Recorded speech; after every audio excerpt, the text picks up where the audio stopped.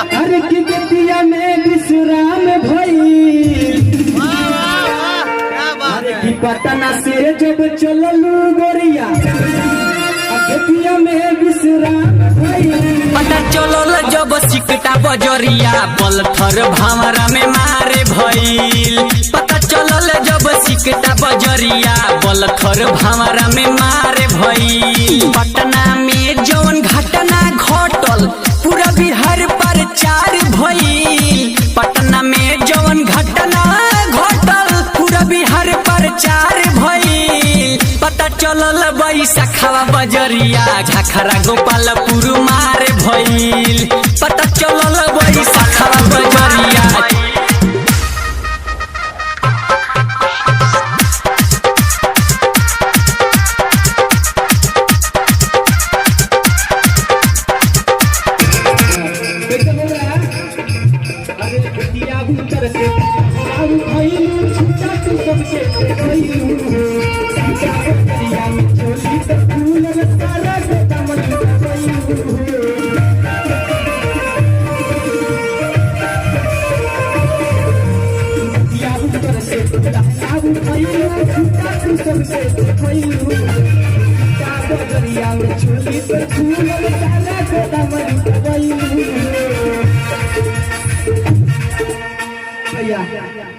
क्या भैया ये गाना नहीं की लेकिन सुन ले क्या की मजा नहीं किया कभी एक बार हाथ उठा के ताली बजाए लगी के सुन ले भैया। अरे की पता चलल जब सिकटा बजरिया पता चलल जब सिकटा बजरिया पलथर भामरा में मारे भइल। पता चलल जब सिकटा बजरिया पलथर भामरा में मारे भइल।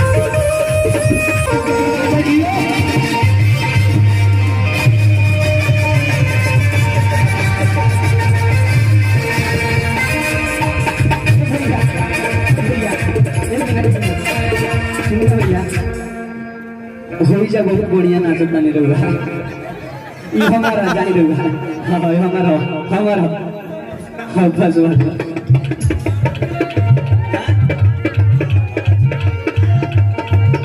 लंदनी कंजूरदार चालू हो जाएंगे गाना का बोल कैसे ना लंदनी हमारा बोलपुर चौक के छेना बड़ा मशहूर है और वो जनतन के कौन हमरा राजा महाजन जी के जय गानवा के लिखले बा कैसे रहे। अरे राजा महाजन के छेना के संगे चल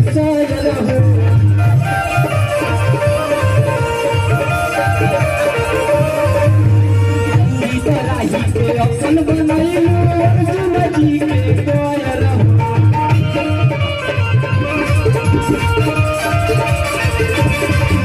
महाजन के छेना तू खइलो